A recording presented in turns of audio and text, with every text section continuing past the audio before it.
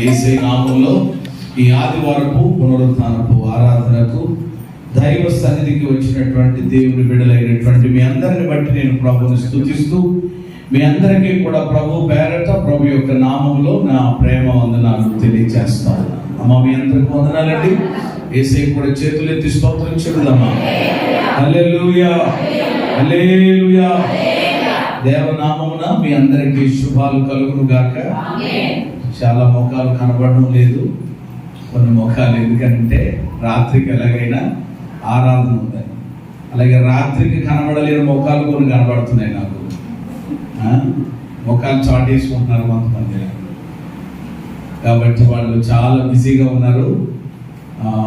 కాబట్టి ఆ బిజీ పరిస్థితిని బట్టి ప్రక్షాళన కూడికల్లో ప్రక్షాళన పొందలేకపోతా ఉన్నారు. కాబట్టి మరొకసారి మీ అందరికీ కూడా నేను పిలుపునిస్తా ఉన్నాను. దేవుని యొక్క సన్నిధిలో ఈ మంచి సమయాలు మరలా రావాలన్నా ఈ 21 దినాలు ప్రార్థనలు అయిపోయిన తర్వాత మీరు ఎంత మొత్తుకున్నా మరలా సంవత్సరం దాకా మనం అందరం బ్రతికి బట్టకట్టు ఉంటేనే ప్రభు చిత్తమైతేనే ఆ కూటాలను మనము కలిగి ఉంటాం. కాబట్టి బైబిల్ అదే చెప్తుంది, దినములు చెడ్డవి, రేపు ఏమి సంభవించునో. కాబట్టి ఏనాటికి ఆనాటికి చాలు అన్నట్లు మనకు దేవుడు ఇచ్చినటువంటి సమయాలను సద్వినియోగం చేసుకోవాలి. కాబట్టి రాత్రికి ఉండేటువంటిది 21 దినాలలో ఎన్నో రోజు కూడిక చెప్పండి, 8వ రోజు. ఈ ఉదయకాలం మనం ప్రభువుని ఇది ఆరాధించేటువంటిది ఆరాధన. కాబట్టి దేనికి ఇవ్వాల్సిన ప్రాముఖ్యత, దేనికి ఇవ్వాల్సినటువంటి ఆధిక్యత, దేనికి ఇవ్వాల్సిన ప్రాధాన్యత దానికి మనము ఇవ్వాలి. ఇచ్చినప్పుడు తప్పకుండా దాని నుండి తగిన ప్రతిఫలములు దేవుని యొద్ద నుండి పొందుకుంటాం. హల్లెలూయా. కాబట్టి దేవుని దగ్గర మన తెలివితేటలు దేవుని సన్నిధుల విషయంలో మనం చూపించకూడదు. వేరే వేరే విషయాల్లో మన తెలివితేటలు ఉపయోగించినా పర్లేదు, కానీ దైవ సన్నిధిలో మన తెలివితేటలు ఉపయోగించకూడదు. నీకు అవకాశం ఉండి దేవుడు సమయం ఇచ్చి ఆరోగ్యం ఇస్తే తప్పకుండా దైవ సన్నిధిలో మనం గడపాలి. అలాగే ఈ ఉదయకాలం దేవుని సన్నిధిని ప్రేమించి వచ్చినటువంటి దేవుని పిల్లలైన మీ అందరిని బట్టి నేను మరొకసారి ప్రభువుకి కృతజ్ఞతాస్తుతులు చెల్లిస్తూ నేరుగా వాక్యంలోకి మనం వెళదాం. వెళ్లే ముందు మనందరికీ తెలుసు కదా, వాక్యం మనకు సంబంధించిన పాట పాడుకుందాం. బైబిల్ మీ చేతితో చక్కగా పట్టుకుని, కుడి చేతితో పట్టుకుని దానిని పైకి చూపిస్తూ ఈ యొక్క కీర్తన పాడుతూ ప్రభువుని కనపరుచుద్దాం. భలే భలే మాట, బంగారు మాట, బైబిలు మాట, యేసయ్య మాట. భలే భలే మాట, బంగారు మాట, బైబిలు మాట, యేసయ్య మాట. నీ జీవితాన నా జీవితాన మారాని మాట, యేసయ్య మాట. చూడమందరూ నీ జీవితాన నా జీవితాన మారాని మాట, యేసయ్య మాట. భలే భలే మాట, బంగారు మాట, బైబిలు మాట, యేసయ్య మాట. యేసయ్య మాట, యేసయ్య మాట. హల్లెలూయా. చెప్పండి, ఏ మాట అంట? భలే భలే మాట. ఏ మాట? బంగారు మాట. ఏ మాట? చూసారు మీరు ఎంత కనెక్ట్ అవుతున్నారు? పాడిన పాటకే వెంటనే కనెక్ట్ అవ్వకపోతే ఎట్లా చెప్పండి. కాబట్టి యేసయ్య మాట చాలా అద్భుతమైన. ఒక ఆయన అన్నాడు, యేసయ్య మాట ముత్యాల మూట. ఏమంటే ఈ మూట మనం కట్టుకోవడం రావట్లేదు. పరిగమాల మూటలు కట్టుకుంటారు కొంతమంది, ఎందుకు ప్రయోజనం ఉండదు. ఆ మూట ఏమండి రాత్రి పగళ్ళు కష్టపడి తిని తినక మూట కడతా ఉంటారు. కట్టి ఏం చేస్తూ ఉంటారు అనమాట, ఈ కట్టినోడు అనుభవించడానికి ఉండడు, ఈ కట్టినోడు ఉండడు. కట్టినోడు డబ్బా కట్టేస్తే ఆ మూట ఎవరో పంచుకుని, ఆ మూట చూడండి ఆస్తి ఎలాగైపోయిందండి. ఆళ్ళేళ్ళు పంచుకుంటున్నారండి, పాపం ఎంత తినక కష్టపడ్డాడండి అని చెప్తా ఉంటారు. ప్రసంగి గ్రంథంలో జ్ఞాని కూడా అలాగే మాట్లాడాడు. ఒకడు కష్టపడి ఎవరిని తినక ధనాన్ని కూడగట్టిన అది పరుల పాలైపోతూ ఉంటుందట. కాబట్టి మనము కష్టపడినటువంటి కష్టార్జితానికి చెప్పండి దేవుడే ఏమి ఇవ్వాలి? భద్రత ఇవ్వాలి. ఆ కష్టానికి తగినటువంటి ప్రతిఫలమును అలాగే తగిన ఆశీర్వాదాన్ని దేవుడే ఇవ్వాలి.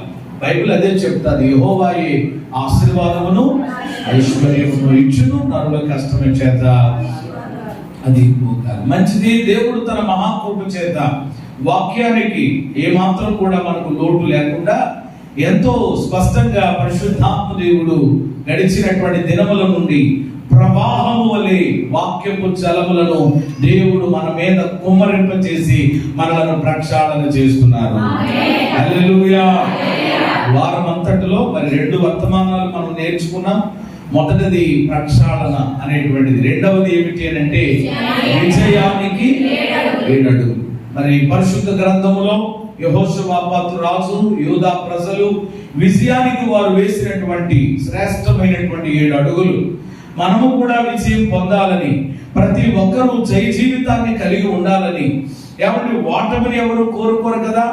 కొంతమంది చూడండి, కొన్ని ఆత్మహత్యలకు బలమైన కారణం ఏమిటి అని అంటే ఏమిటి? ఓటమి. ఆ అబ్బాయి ఎందుకు చనిపోయాడు అలాగా అని అంటే 10th ఏమయ్యాడట? ఫెయిల్ అయ్యాడు. ఇలా వింటా ఉంటాను చూసారా? అంటే మనిషి సాధారణంగా ఏం భరించలేడు? ఓటమిని భరించలేడు. ఓటమిని భరించలేక, సహించలేక ఆత్మహత్యలు చేసుకునేటువంటి వాళ్ళు ఈరోజు ప్రపంచంలో, మన సమాజంలో చాలా మంది ఉన్నారు.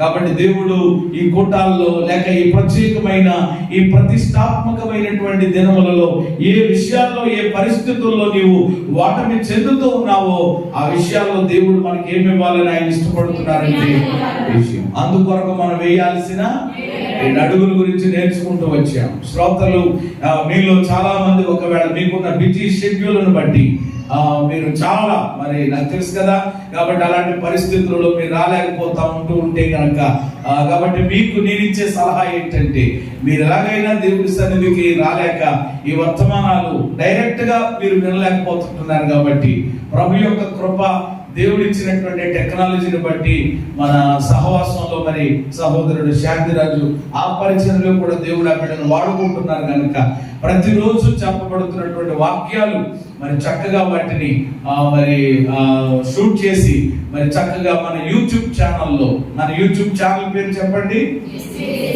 JCGT. ఎంతమంది దానిని చక్కగా మరి ఇతరులకు ఏమంటారు దాన్ని షేర్ అందరూ చేస్తారు, కానీ అది మాత్రం అందరూ చేయాలి ప్రతి ఒక్కరు.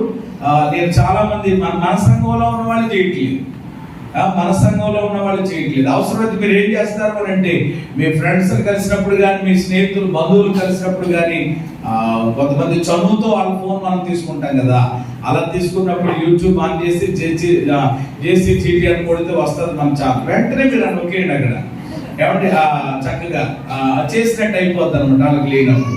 అలాగనైనా ఏమంటే అది కూడా ఒక మంచి పని. అలా చేయడం ద్వారా మనం ఇంకా అనేక మందికి దేవుని మాటలు అందించడానికి, అలా చేసుకోవడం వల్ల ఇక్కడ అందించేటువంటిది, ఇక్కడ జరిగే ప్రతి కార్యక్రమము మీ దగ్గరికి వెంటనే వచ్చేస్తుంది అనమాట. కాబట్టి ఆ విధంగా చేసుకోవాలని మరి యూట్యూబ్ లో ఉంటున్నాయి అవి. విజయానికి 7 అడుగులు కానీ, ప్రక్షాళన కానీ, 21 దినాలు, 50 దినాలు ప్రార్థన కూడికల వర్తమానాలు అందులో ఉంటున్నాయి.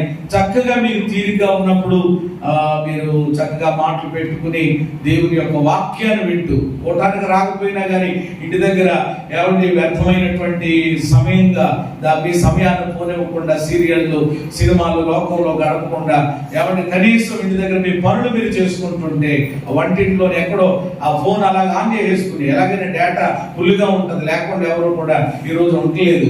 ఏదున్నా లేకపోయినా ముందు ఏం వేసుకుంటున్నారంటే అండి, ఇంట్లో పెట్టిన బియ్యం ఉన్నా లేకపోయినా కానీ ప్రతి వాళ్ళ సెల్ ఫోన్లో మాత్రం జీబీ మాత్రం ఉంటుందంట. కాబట్టి మేము ఉంటుంది కాబట్టి చక్కగా ఇది ఆన్ చేసి పెట్టుకుంటే ఆ వాక్యం వస్తూ ఉంటుంది. అలాగూ కూడా మీరు దేవుని వాక్యాన్ని వినగలుగుతారు. స్తోత్రం చెప్పండి.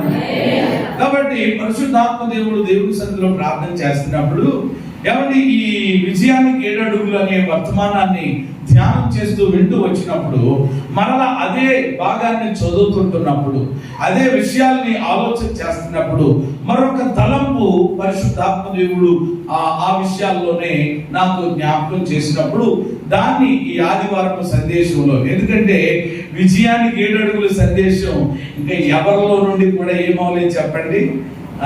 మీ హృదయాల నుంచి పోయింది, అది పోయిందా? పోలేదు కదా. ఇంకా అది మనం అలా నరనరాల్లో ఇంకా ఒక రకంగా చెప్పాలంటే ఇంకా పూర్తిగా ఏమవలేదు అనమాట. అరగలేదు. రాత్రే కదా తింటా, స్తోత్రం చెప్పండి. రాత్రే కదా తింటా, ఏమవలేదు ఇంకా కొంచెం ఉంది కాబట్టి మర్చిపోకుండా. ఎవరు వినలేని వాళ్ళు ఎలాగైనా చెప్పారు కదా వాళ్ళకి, కాబట్టి దాన్ని ఫాలో అవుతారు. కాబట్టి మళ్ళీ అదే విధానంలో, అదే వేడిలో మనం ఉన్నాం కనుక, అదే పరిస్థితుల్లో ఉన్నాం కనుక ఇంకొక వర్తమానం నీకు చెప్పలేక కాదు, ఇంకొక వర్తమానం లేక కాదు, కానీ ఏమంటే మరలా అది సంపూర్ణం చేసుకుంటే కనుక ఆ వర్తమానానికి ఈ మాట ఖచ్చితంగా అది సరిపోతుంది అని పరిశుద్ధాత్మ దేవుడు నాకు ఇచ్చిన తలంపును బట్టి ఒక వచనాన్ని చదువుకుని కొన్ని మాటలు త్వరగా జ్ఞాపకం చేసుకుందాం రండి. దినవృత్తాంతముల 2వ గ్రంథం, పరిశుద్ధ వేద గ్రంథంలో 20వ అధ్యాయము. దినవృత్తాంతముల 2వ గ్రంథం 20వ అధ్యాయము 26వ వచనాన్ని మనము చదువుకుందాం. 26 అందరూ తీసుకోండి. 4వ దినమున వారు బెరాకా లోయలో కూడిరి. అక్కడ వారు యెహోవాకు కృతజ్ఞతాస్తుతులు చెల్లించినందున నేటి వరకును ఆ చోటికి బెరాకా లోయ అని పేరు. దేవునికి స్తోత్రం కలుగును గాక. నాతో చెప్పండి అందరి మాట, బెరాకా లోయ. ఏ లోయ? ఈ రోజు మన సందేశం ఇది.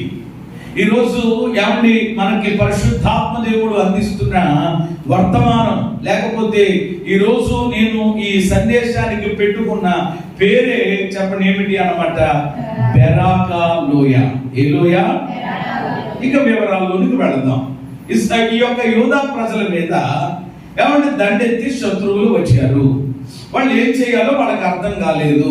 భయం వేసింది, కలవరం వేసింది. తర్వాత వాళ్ళు వేయాల్సినటువంటి శ్రేష్టమైనటువంటి 7 అడుగులు వాళ్ళు వేశారు. వాళ్ళ పక్షముగా దేవుడు నిలిచి వాళ్ళ వచ్చినటువంటి శత్రువుల మధ్యలో ఏం పెట్టి, మాటుగాండ్రను పెట్టి వాళ్ళనందరినీ హతము చేస్తే ఏమంటే వచ్చినటువంటి శత్రువులు ఉన్నారు చూసారా, వాళ్ళు చాలా మంది కదా ఏమంటే వాళ్ళందరూ చనిపోయి శవాలుగా పడి ఉంటే వాళ్ళు మామూలుగా రాలేదట. వచ్చిన వాళ్ళు ఏదో ఏమీ లేకుండా మామూలుగా దిక్కుమాల కింద రాలేదు. వాళ్ళు చాలా ఏమండి మోటాములతో వచ్చారు. మంచి ఏమండి మరి పరిస్థితులతో వాళ్ళు వచ్చారనమాట. అన్నిటినీ కలిగి వాళ్ళు వచ్చారనమాట. అందుకని ఇప్పుడు శత్రువులందరూ చచ్చి శవాల కింద మారిపోతే ఇప్పుడు వీళ్ళ చేసినటువంటి పని ఏమిటి అని అంటే 25వ వచనంలో అమ్మోనీయులు, మోయాబీయులు, సేయారు, మన్య నివాసులు బొత్తిగా చంపి వారి నిర్మూలన చేయవలని పొచ్చియుడి వారి మీద పడి వారు సేయారు కాపురస్తులను కడముట్టించినటువంటి తర్వాత 24వ వచనంలో యూదా సైన్యము తచ్చు చదవండి. యూదా వారు అరణ్యమందున్న కాపురుల దుర్గం దగ్గరకు వచ్చి సైన్యము తట్టు చూడగా ఏమై ఉన్నారట, శవాలై నేల పడి ఉన్నారు. ఒక్కడు అందరూ 25వ వచనం చదవండి.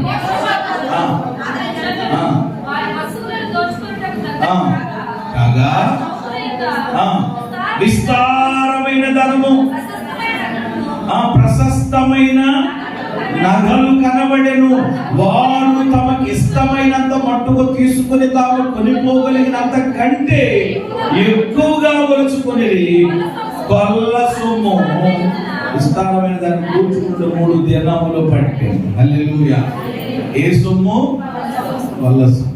కొల్ల సొమ్ము వాళ్ళు స్వాధీనపరచుకోవడానికి, కొల్ల సొమ్మును వాళ్ళు ఏమని తీసుకోవడానికి వాళ్ళు దానిని సేకరించి, విస్తారమైన ధనం అంట, అలాగే నగలట, ఇంకా చాలా విలువైనవి అక్కడ ఉన్నాయి.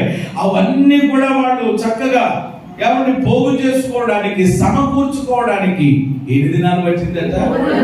3 రోజులు పట్టి చూసారా? దేవుడు వీళ్ళకి విజయాన్ని ఇవ్వడం మాత్రమే కాదండి, ఏమంటే విజయముతో పాటు ఏమండి మరి ఆ కొల్ల సొమ్ము కూడా ఏమండి వాళ్ళు ప్రియమైన దేవుని బిడ్డలారా కష్టపడకపోయినా ఏమంటే ఆశ్చర్యమైనటువంటి రీతిలో వాళ్ళ కొరకు దేవుడు దాని అంతటిని అక్కడ సమకూర్చి ఏమంటే ఇక మీ సొంతమే ఇది, కాబట్టి మీ సొంతమే అన్నట్లుగా ఉంటే దాని అంతటిని వారు సేకరించుకుని దానిని స్వాధీనపరచుకోవడానికి 3 రోజులు పట్టిందట. 3 రోజులు వీళ్ళు ఏం చేశారు అని అంటే కొల్ల సొమ్మును సొంతం చేసుకున్నారు. మరి 4వ రోజు ఏం చేశారు? మూట భుజాన్ని వేసుకుని ఏమంటే శత్రువులు ఏమయ్యారు? చనిపోయారు. మన చేతికి ఏమొచ్చింది? విజయము వచ్చింది, విస్తారమైన ధనం అన్ని వచ్చినాయి అని చెప్పి మూట భుజాన్ని వేసుకుని వాళ్ళు వెళ్ళిపోలేదు. మనమైతే ఏం చేస్తాం అన్నమాట, మొత్తం మీద ఎలాగైతే మన పని అయిందిరామో, శత్రువుకేమో ఓటమి, మనకేమో విజయం, దానితో పాటు ఎగస్ట్రా ఇవి కూడా వచ్చేసాయి. మంచిది అనుకుని వాళ్ళు అక్కడి నుండి ఆ విధముగా వెళ్ళలేదు. ఇక్కడ వీరి దగ్గర మనం నేర్చుకునేటువంటి ఒక శ్రేష్టమైనటువంటి విషయం ఏంటంటే విజయము పొందక మునుపు వారు ఏం చేశారు అని 7వ అడుగులో మనం నేర్చుకున్నాం. విజయము పొందక మునుపు ఏం చేశారు? 7వ అడుగు ఏం చేశారు? వాళ్ళు స్తుతించారు. అదే కదా ఆఖరి అడుగు. స్తుతించడానికి ఏం వేసుకున్నారు? వాళ్ళు పునాది వేసుకుని స్తుతించారు. సైన్యము ముందర యెహోవా దయాళుడు, ఆయన కృప నిరంతరముండునని కృతజ్ఞతలు చెల్లించారు. అయితే ఇక్కడ గమనించవలసినటువంటి విషయం ఏంటంటే జయము పొందక మునుపు దేవుని స్తుతించారు, జయము పొందిన తర్వాత కూడా హల్లెలూయా. అదండి మన జీవితంలో కలిగి ఉండాలి. ఏమండి కష్టం వచ్చినప్పుడు, ఇబ్బంది వచ్చినప్పుడు అందరూ చెప్పడం ఏం చేస్తారు? ప్రార్థనలు చేస్తారు, విజ్ఞాపనలు చేస్తారు, ఏమండి దేవునికి ఏమండి స్తోత్రాలు చెప్తారు, పొరులు దండాలు పెడతారు, ఏమైనా చేస్తారు. కష్టము ఏమైనా నిన్ను చేసేలాగా చేస్తుంది. ఇబ్బంది ఏమంటే నీవు ఆ పరిస్థితుల్లో ఏదైనా చేసేలాగా నేను చేస్తాను. కానీ ఇక్కడ విషయం ఏంటంటే కేవలం వాళ్ళు కష్టంలో ఉన్నప్పుడు, ఇబ్బందిలో ఉన్నప్పుడు, జయము పొందక మునుపు ఏమండి ఎలాగైతే దేవుని స్తుతించారో, ఏమండి జయము పొందిన తర్వాత విజయం ఇచ్చినటువంటి దేవునికి కూడా చెప్పండి ఏం చేశారంటే కృతజ్ఞతాస్తుతులు చెల్లించారు. హల్లెలూయా. 3 రోజులు కొల్ల సొమ్మును పట్టుకున్నారట. 4వ దినమున అదే మనం చదివాము అక్కడ బెరాకా లోయలో కూడిరి. ఎక్కడ కూడిరి? అంతకుముందు ఎక్కడ కూడిరి? పర్ణశాలలో కూడిరి. చూడలేదేమో మాటలు మీరు. అందుకని వాక్యం మనకు పూర్తిగా అర్థం కావాలంటే మరొక్కసారి నిదానంగా ఆ అధ్యాయం అంతా చదవాలి మనం మరలా. అప్పుడు విషయాలు అర్థమవుతాయి. ఏమంటే ఉపవాసం ఉండి ప్రార్థన చేయడానికి ఒక పర్ణశాల, ఒక కొత్త శాల ఏర్పాటు చేసుకుని అందులో కూడుకుని 7 అడుగులు వేశారు. ఏమంటే ఇప్పుడేం చేస్తున్నారు అంటే బెరాకా లోయలో కూడారట. ఎందుకు కూడారు? ఆ విజయాన్ని ఇచ్చిన అయ్యా ఈ రోజు మేము విజయం పొందామనంటే, శత్రువు ఓడిపోయాడు అనంటే, కొల్ల సొమ్మును దక్కించుకున్నామంటే ఈ విజయానికి కారణం నీవేనయ్యా, ఈ విక్టరీకి కారణం నీవేనయ్యా అని చెప్పి వాళ్ళు దేవుని సన్నిధిలో ఏమంటే దేవునికి కృతజ్ఞతాస్తుతులు చెల్లిస్తున్నారు. అందుకనే ఆ లోయకు పెట్టబడినటువంటి పేరు ఏమిటి అనంటే ఆ బెరాకా లోయలో కూడిన వారు యెహోవాకు కృతజ్ఞతాస్తుతులు చెల్లించినందున ఈ రోజు వరకును ఆ లోయకి పెట్టబడిన పేరు ఏమిటి అనంటే బెరాకా లోయ. చెప్పండి లోయ. బైబిల్లో పరిశుద్ధ గ్రంథంలో చాలా లోయలు ఉన్నాయండి. నిజంగా పరిశుద్ధ గ్రంథం చాలా అద్భుతమైనటువంటి, ఇంకా ఎంత అద్భుతం అని అంటే దాన్ని వర్ణించలేమన్నమాట. అంత అద్భుతమైన గ్రంథం అండి ఇది. పరిశుద్ధ గ్రంథంలో వృక్షములను గురించి, పరిశుద్ధ గ్రంథంలో ఏమంటే అలాగే పక్షులను గురించి, పరిశుద్ధ గ్రంథంలో కొండలను గురించి, నిజంగా ప్రతి దాని గురించి మీకు ఏ సమాచారం కావాలో ఆ సమాచారం, ఏ విషయం కావాలో ఆ విషయం చెప్పండి ఎక్కడుంది. అందుకని జ్ఞానం కలిగిన వాళ్ళందరూ ఏం చదువుతారు? వయసు తెలిసిన గొప్ప గొప్ప డాక్టర్లు కూడా బైబిల్ చదువుతారు. లాయర్స్ ఉన్నారు చూసారండి, లాయర్లు కూడా ఏం చదువుతారు? సైంటిస్టులు ఏం చదువుతారు? నేను చదవలేదు ఎవరన్నమాట? నువ్వే. అదనమాట. మళ్ళా అందరూ చదువుతారు. ఆఖరికి నన్ను అడిగితే ప్రియమైన దేవుని బిడ్డలారా, బ్రాహ్మణ పుంగవులు ఉన్నారు చూశారండి, అద్భుతమైనటువంటి ఈ శ్లోకాలు ఇవన్నీ వేదాలు వల్లిస్తూ ఉంటారు. ఈ బ్రాహ్మణ ఏమంటే పంతులు వాళ్ళు కూడా ఏం చేస్తారు చెప్పనండి? బైబిల్ చదువుతారు. కరుణాకర్ సుమన్ అనేటువంటి ఒక ఆయన ఉంటాడు మీకు యూట్యూబ్లో. ఆయన చాలాసార్లు చదివాడంట. ఏంటి బైబిల్ ఎందుకు చదివాడు అని అంటే, ఏదో రకంగా బైబిల్లో నుండి ఏం చేద్దామని. మూర్తయ్య గారిని దేవుడు ఎలా పట్టుకున్నాడో కరుణాకర సుమన్ గారిని కూడా దేవుడు తప్పకుండా పట్టుకుంటాడు. దేవునికి స్తోత్రం కలిగింది. బైబిల్ చదివిన వాళ్ళందరూ కూడా ఒక రోజు తప్పకుండా ఏం చేయబడతారు చెప్పండి? దర్శించబడతారు. ఎందుకంటే ఇందులో ఏముంది? జ్ఞానం ఉంది. ఇందులో ఏముంది? సత్యం ఉంది. అందుకనే దీనికి పెట్టబడిన పేరు ఏమిటి అని అంటే సత్యవేద గ్రంథం. ఇది అసత్యానికి చోటు లేదండి. తెలియక పొరబడుతుంటారు కొంతమంది, కానీ తప్పకుండా ఏదో ఒక రోజు నాడు ఎవరి అందరి కన్నులు దేవుడు తెలుస్తాడు. అందుకనే దావీదు ఏమని ప్రార్థన చేసుకున్నాడు? నీ ధర్మశాస్త్రమునందు ఆశ్చర్యకరమైన సంగతులు చూసినట్లు నా కన్నులు. అది ఇప్పుడు ఇందులో ఉన్న విషయాలు అర్థం కావాలంటే ముందేం తెరవబడాలి? ఏ కన్నులు అవి? ఈ కన్నులు కాదు, మనోనేత్రాలు అంటారు. మనోనేత్రాలు వెలిగించబడితే వాక్యము ప్రతి ఒక్కరికి చక్కగా ఏమవుతుంది? గ్రాహ్యం అవుతుంది, అర్థం అవుతుంది. కాబట్టి రోజు ప్రియమైన ఎంతో మంది చదువుతున్నారండి. కొంతమంది తప్పులు వెతకడానికి చదువుతున్నారు, కొంతమంది జ్ఞానం నేర్చుకోవడానికి. మొత్తం మీద ఏమండి ప్రియమైన దేవుని బిడ్డలారా, ప్రపంచములో ఏమండి మరి అద్భుతముగా ఏమండి మరి సంఖ్యాపరంగా చూస్తే చాలా విస్తీర్ణమైనటువంటి సంఖ్యలో చదవబడుతున్నటువంటి ఏమంటే ప్రింట్ చేయబడుతున్నటువంటి గ్రంథం ఏదైనా ఉంది అని అంటే అది మన చేతుల్లో ఉన్నటువంటి పరిశుద్ధ గ్రంథాన్ని బట్టి దేవునికి స్తోత్రం లేదు. ఆమేన్, హల్లెలూయా. నేను ఎందుకు ఈ మాట చెప్పానంటే, పరిశుద్ధ గ్రంథంలో ఏమంటే లోయల గురించి కూడా రాయబడ్డాయి. మీరు ఎప్పుడైనా గమనించారా? పరిశుద్ధ గ్రంథంలో చాలా లోయలు ఉన్నాయి. దగ్గరగా స్టడీ చేస్తే ఏమంటే ఒక 30 వరకు రావచ్చు, వస్తాయి. ఎవరు నిజంగా మనం ఆలోచన చేస్తే అది ఈసారి మీకు 50 రోజుల ప్రార్థనలో ఒక ప్రశ్నగా ఆల్రెడీ ఇచ్చారేమో, కానీ ఈసారి తప్పకుండా లోయ ఎక్కడ ఉంది దాని రెఫరెన్స్ తో పాటు మీకు ఇచ్చేటువంటి ఆ బైబిల్ క్విజ్ లో చేయాల పని. ఏమంటే లోయల గురించి బైబిల్లో ఉంది. ఏమంటే ప్రతి లోయ గురించి ఉన్నా, చెట్టు గురించి ఉన్నా, ఏమంటే ఒక వ్యక్తి గురించి ఉన్నా, దేని గురించి ఉన్నా, ఏమంటే దాని ద్వారా పరిశుద్ధాత్ముడు మనకి ఏమి నేర్పిస్తాడు? ఒక పాఠాన్ని నేర్పిస్తాడు. అందుకని దేవుడు రాయించాడు. ఊరకనే వీటి గురించి ఏమంటే బైబిల్ గ్రంథంలో ఏమంటే వ్రాయబడలేదు. ఏమంటే వీటి ద్వారా కూడా ఏమంటే గడిచినటువంటి దినములలో నేను చెప్పినట్లు బుద్ధి బోధ పొందడానికి పరిశుద్ధాత్మ దేవుడు వీటిని మన కొరకు రాయించారు. త్వరగా ఈ బెరాకాలు ఇక్కడ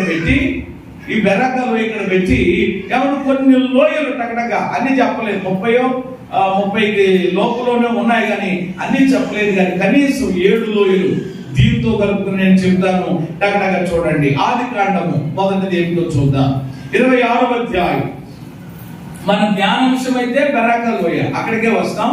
కానీ దీంతో కలుపుకుని కొన్ని లోయల గురించి జ్ఞాపకం చేస్తున్నాను నేను.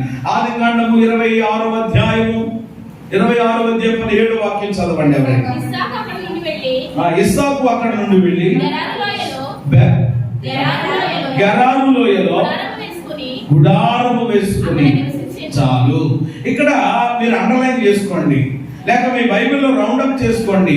ఇక్కడ ఉన్న లోయ ఏమిటి అని అంటే ఆదికాండం 26:16లో ఉన్న 26:16లో ఉన్నటువంటి లోయ గెరారు లోయ. అనండి అందరూ సరే అనాలండి. కొంతమంది ఏంటిది ఇలాగ అనిపిస్తున్నారండి పాస్టర్ గారు అని అనుకోవచ్చు. అనాలి. రోజుకి ఎన్నిసార్లు అంటారు మీ ఇంటి దగ్గర? ఎవరి ఇంటి దగ్గర ఇంట్లో మీ భార్య పేరు, ఎవరి మీ భర్త పేరు, మీ అబ్బాయి పేరు, మీ అమ్మాయి పేరు ఎన్నిసార్లు ఎత్తారు? రోజుకి ఎన్నిసార్లు మాట్లాడతారు? ఒకసారి లెక్కెట్టుకున్నారు ఎప్పుడైనా? కాబట్టి ఈరోజు దేవుని సన్నిధిలో ఉన్నంతసేపు కొన్ని పదాలు, కొన్ని మాటలు ఉచ్చారణ చేయడం ద్వారా కూడా అందులో దీవెన ఉంది. ప్రభు స్తోత్రం చెప్పండి. కొంతమంది అదేంటి తెలియదు, వ్యర్థమైన మాటలు మాట్లాడతారు. పరికమాల మాటలు మాట్లాడమంటే దాంట్లో మేమే ఫస్ట్ అని అంటారు. కానీ ఇక్కడికి వచ్చిన తర్వాత శ్రేష్టమైన మాటలు, పవిత్రమైన మాటలు, పరిశుద్ధమైన మాటలు పలికి కాస్త ఆ అపవిత్రమైన నోటినైనా పరిశుద్ధం చేసుకోండి రా బాబు అంటే మాత్రం కొంతమందికి ఏమి రాదు. మీకు కాదులేండి, కొంతమందికి అంటున్నాను నేను. ప్రభువు స్తోత్రం. హల్లెలూయా చెప్పమనండి. స్తోత్రం అంటే ఏం చేయాలని? హల్లెలూయా కూడా రాదా? కాబట్టి ప్రియమైన దేవుడు బిడ్డలు, ఏమి అనలేకపోతున్నాను, నాకు అంతకు ముందు ఇక్కడ ప్రభుకు స్తోత్రం కలుగునుగా. మింగేస్తున్నాను. ఏమంటే ప్రియమైన దేవుడు బిడ్డలు, ఇక్కడ రాయబడినటువంటి లోయ ఏమిటి అని అంటే, ఇది మనందరికీ తెలుసు. దీని వృత్తాంతం అబ్రహాము కుమారుడైన ఇస్సాకు ఏమండి, ఆయన ఎక్కడికి వెళ్ళి గుడారము వేసినా, ఎక్కడికి వెళ్ళినా మరి దేవుడు అద్భుతం చేస్తూ వచ్చారు. అక్కడ ఏమంటే ఆయన ఎక్కడికి వెళ్ళి బావి తవ్వినా ఏమండి అక్కడ అద్భుతమైనటువంటి ఏమండి జలలు కలిగిన నీటి ఓటు. ఇదంతా చూసి ఏమండి ఫిలిస్తీన్లకి ఏం కలిగిందట? అసూయ వచ్చిందంట. ఏమండి ఈయనేమో వెళ్ళి బావి తవ్వుతున్నాడు, వీళ్ళేమో వచ్చి ఏం వేస్తున్నారు? మట్టి కొడుతున్నారు. ఎంత మట్టి కొట్టినా దేవుడు ఒక వ్యక్తిని ఆశీర్వదించడం మొదలెడితే నువ్వు ఎంత మట్టి వేద్దాం అనుకున్నా సెట్ అవ్వదు. స్తోత్రం చెప్పండి. వీళ్ళేమో మట్టి వేస్తున్నారు, ఈయనేమో ఇంకో చోటకి వెళ్ళి మళ్ళా చదువుతున్నాడు. ఇలా ఇప్పుడు కూడా అలాగే ఏమండి అంతకు ముందు ఏదో చేశారు, అక్కడి నుంచి ఇప్పుడు గెరారు దగ్గరికి వచ్చాడు. ఏమండి గెరారు లోయలోనికి వచ్చి అక్కడ గుడారం వేసుకుంటే ఇక్కడ ఏం జరిగింది అని అంటే 19వ వచనం, మరియు ఇస్సాకు దాసులు ఆ లోయలో త్రవ్వగా జలము గల నీళ్ల బావి దొరికాను. ఏమి దొరికాను? కాబట్టి మొదటిది ఈ గెరారు లోయలో మనం ఏం చూస్తుంటున్నాము అని అంటే, ఏమండి ఈ గెరారు లోయలో ఇస్సాకుకి ఏం దొరికింది అని అంటే నీళ్ల బావి దొరికింది, లేక నీళ్ల ఓటలు దొరికాయి. ఏమంటే సమృద్ధికి సూచనది. ఏమంటే ప్రియమైన దేవుని బిడ్డలారా, సమృద్ధికి సూచన అది దేవుడు ఆయనకి అనుగ్రహింపజేశారు. కాబట్టి మొదటి లోయ ఏమంటే ఆదికాండం 26:16 ప్రకారం ఏ లోయ? గెరారు లోయ. ఇది నీళ్ల ఓటలు దొరికినటువంటి లోయ, సమృద్ధికి సూచన. రెండవది నేను జ్ఞాపకం చేస్తాను రండి, యెహోషువ గ్రంథం. అంటే వివరించట్లేదు నేను, మరలా దాని మీదకి వెళ్ళి స్టడీ చేస్తే వాళ్ళంత సందేశాన్ని మనం వినవచ్చు, కానీ జస్ట్ లోయలు ఉన్నాయని జ్ఞాపకం చేస్తున్నాను. యెహోషువ గ్రంథం 7వ అధ్యాయము 24వ వచనంలో ఒక లోయ ఉంది.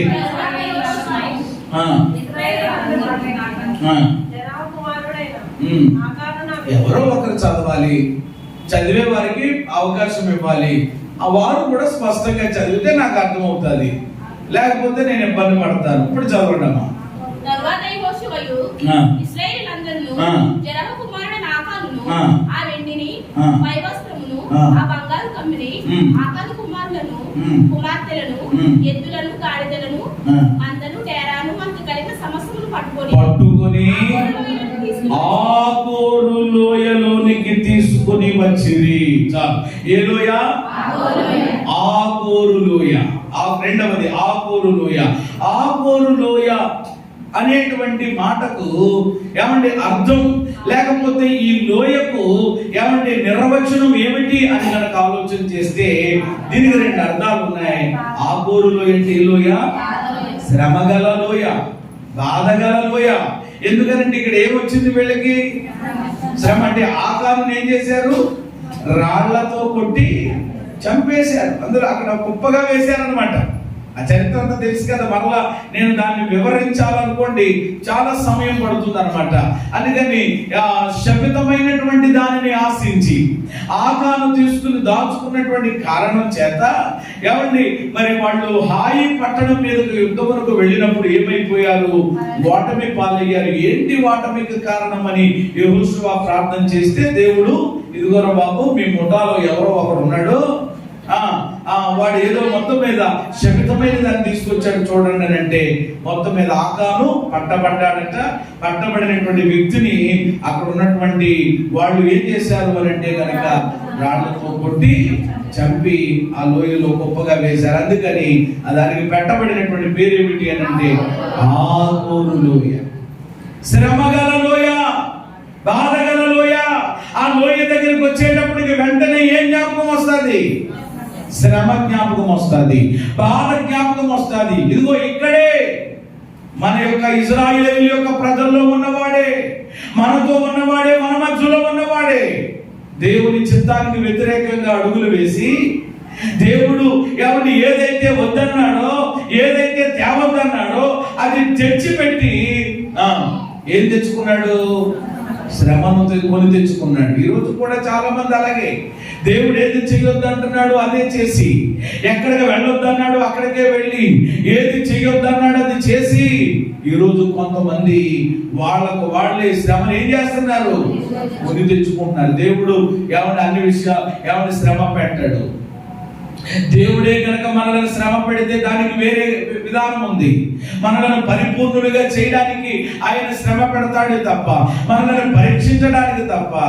ఎవరి కొందరు వాళ్ళంతట వాళ్ళే ఎవరి దేవుడు ఎవరిని చేయవద్దు అని ఆజ్ఞాపించినటువంటి వాటిలో అవిధేయత చూపి ఎవరి శ్రమకు బాధకును ఎవరి కారణము అవుతూ ఉన్నారు.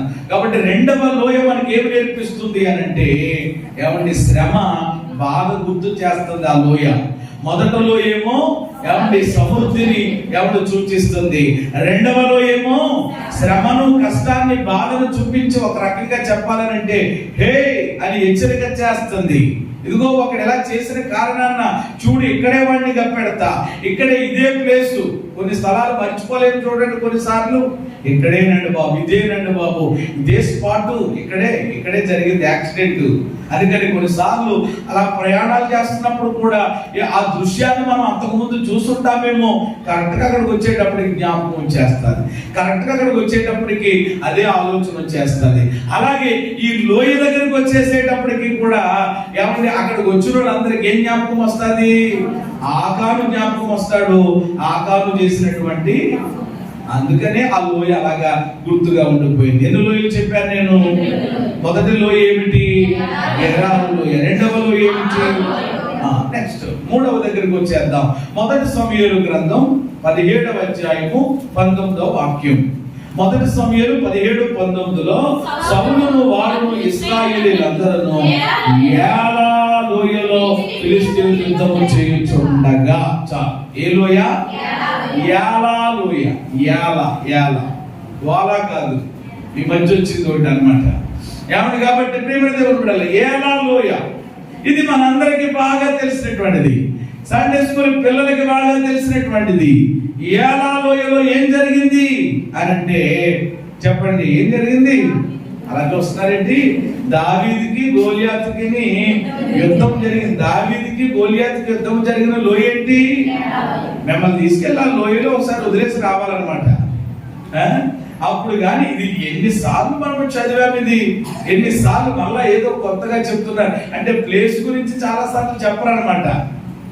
అలాంటి సేవకులు మామూలుగా వెళ్ళిపోతూ ఉంటారు కానీ ఇది చెప్పలేదు. స్థలము అక్కడ ఏలా లోయలో. ఏమండి ఇక్కడ దీన్ని మనం ఏమని ఇక్కడ గమనించవచ్చు అంటే గనక, ఏమండి ఇక్కడ మరి యుద్ధము జరిగినప్పుడు, ఏమండి యుద్ధము బాబు వెనకాల స్తోత్రం, ప్రైజ్ ది లార్డ్, హల్లెలూయా. ఏమండి ఏలా లోయలో మీరు ఏమి చూస్తారు అంటే గనక, ఏమండి గోలియాతుకి దావీదుకి చెప్పండి ఏం జరిగింది? యుద్ధం. ఈ యుద్ధంలో దేవుడు దావీదుకి ఏమి ఇచ్చాడు? విజయం ఇచ్చాడు. అంటే ఈ లోయ ఎవరి విజయానికి సూచనగా ఎవరు మనకు కనబడుతుంది. దేవుడు అద్భుతమైనటువంటి ఘన విజయం. నిజంగా చెప్పాలి అంటే దావీదు యొక్క జీవితంలో ఇది ఒక అద్భుతమైనటువంటి మలుపు అని చెప్పొచ్చు. దీని తర్వాతే కదా ఏమంటే దావీదు ఆ జీవితంలో కొన్ని కష్టాలు, ప్రతికూలతలు, ఇబ్బందులు వచ్చినప్పటికీ కూడా దీని తర్వాతనే ఆయన ఒక ఉన్నతమైన స్థితికి వెళ్ళడం అనేటువంటి దాన్ని మనం చూస్తాం. ఏలా లోయ. ఏమంటే ఇప్పటికి ఎన్ని లోయలు మనం చూసాం? 4వది కూడా చూద్దాం. సమూయేలు 2వ గ్రంథం. నేను వివరించట్లా, జస్ట్ జ్ఞాపకం చేస్తున్నాను. 8వ అధ్యాయం 13వ వాక్యంలో 2వ సమూయేలు గ్రంథం 8:13లో దావీదు ఉప్పు లోయలో సిరియనులను 18,000 మందిని హతము చేసి తిరిగి రాగా అతని పేరు. అక్కడేమో అంటే తిరగబాబు ఏంటి కంగారేంటి? దేవుడు వెళ్తారులే, పర్లేదు, ఒకళ్ళు వెళ్ళారు కదా చాలు. దేవునికి స్తోత్రము కలుగునుగా. అందుకనే నేను వాక్యం జరిగేటప్పుడు ఏమాత్రము ఎందుకంటే కొందరు ఆ వాక్యం చదువుతున్నప్పుడు వాక్యం మీద పెట్టరు, వెంటనే అలా నడిచి వచ్చేవాళ్ళు. ఎందుకు నడిచి వచ్చాడు, ఎందుకని ఎలాగెలాగ అంటున్నాడు, ఏం చెప్తున్నాడు, వెంటనే వెళ్ళిపోదు. అది తిరగకూడదు. మనం ఏకాగ్రత, ఏక దృష్టి కలిగి దేవుని వాక్యాన్ని మనము వినాలి. అప్పుడే దేవుని వాక్యం మనకు బాగా బోధపడుతుంది. చేతులెత్తి స్తోత్రం చెప్పండి, దగ్గరగా చెప్పండి అందరూ ఒకసారి. హల్లెలూయా. ఇది ఏ లోయ? ఉప్పు లోయ. ఉప్పు లోయ. ఈ ఉప్పు లోయలో ఏమంటే ఏం జరిగింది అని అంటే దావీదట 18,000 మందిని ఏం చేశాడటండి? హతము చేశాడట. ఏమండి అక్కడ ఒకే ఒక వ్యక్తి కావచ్చు, కానీ ఇక్కడ కొన్ని వేల మందిని ఆయన హతమార్చినప్పుడు అతని పేరు ఏమైపోయింది అంటే ప్రసిద్ధమైపోయింది. మరింత ఇంకా అంటే ఒక రకంగా చెప్పాలి అని అంటే దావీదు ఇక్కడ ఏమైపోయాడు అనమాట. ఇంకా ఏమయ్యాడమ్మా?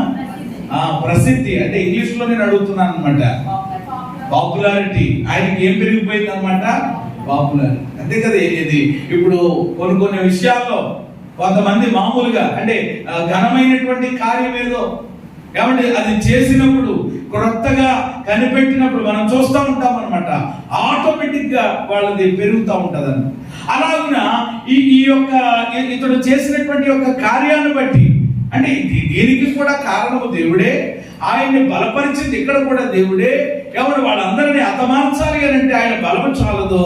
దావీదుకు దేవుడు తోడుగా ఉండి ఉప్పు లోయలో ఇన్ని వేల మందిని ఒకేసారి హతమార్చగానే అతని పేరు ప్రసిద్ధికి మారు మ్రోగిపోయింది. దేవునికి స్తోత్రం చెప్పండి. ఆమేన్. హల్లెలూయా.